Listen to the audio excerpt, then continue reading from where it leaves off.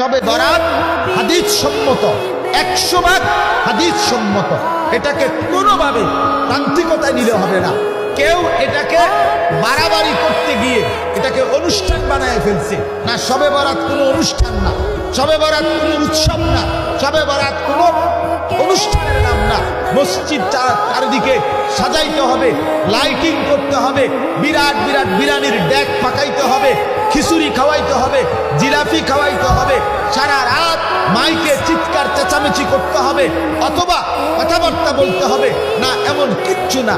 ইনফেরাদি, একান্ত ব্যক্তিগতভাবে আমি আমার মতো, আপনি আপনার মতো সারা রাত যার যতক্ষণ সামর্থ্যে কুলা জেগে নামাজ পড়েন, জিকির করেন, সেজদা দেন, তেলাওয়াত করেন, কোরআন পড়েন, দোয়া করেন, কান্নাকাটি করেন, আপনার মতো করে আপনার মনিবের সাথে সম্পর্ক করে রাতটা আপনি ইবাদতে কাটান, অবশ্যই আপনি অপরিসীম নেকি অর্জন করবেন, লাভবান হবেন, লাভবান হবেন।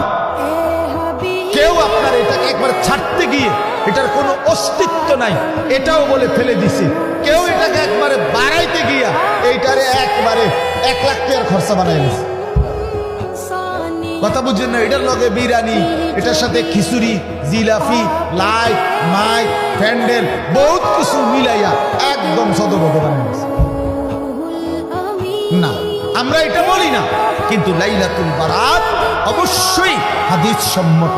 রাসূলুল্লাহ সাল্লাল্লাহু আলাইহি ওয়াসাল্লাম থেকে বিশুদ্ধ সনদে রাসূলুল্লাহ সাল্লাল্লাহু আলাইহি ওয়াসাল্লাম থেকে লাইলাতুল নিসফে মিন শাবান, শবে বারাত যেটাকে বলে, এটা প্রমাণিত, এ সম্পর্কিত হাদিস প্রমাণিত।